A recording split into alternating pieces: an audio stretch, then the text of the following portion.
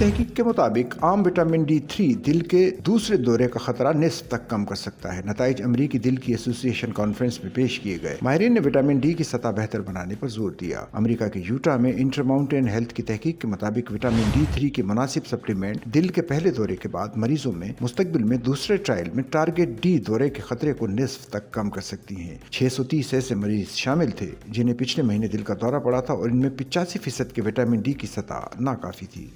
सचल news network की videos में खुश आमदेद। नाजरीन, वीडियो से मुतालिक अपनी कीमती राय का इजहार कमेंट बॉक्स में ज़रूर करें और चैनल को सब्सक्राइब करें।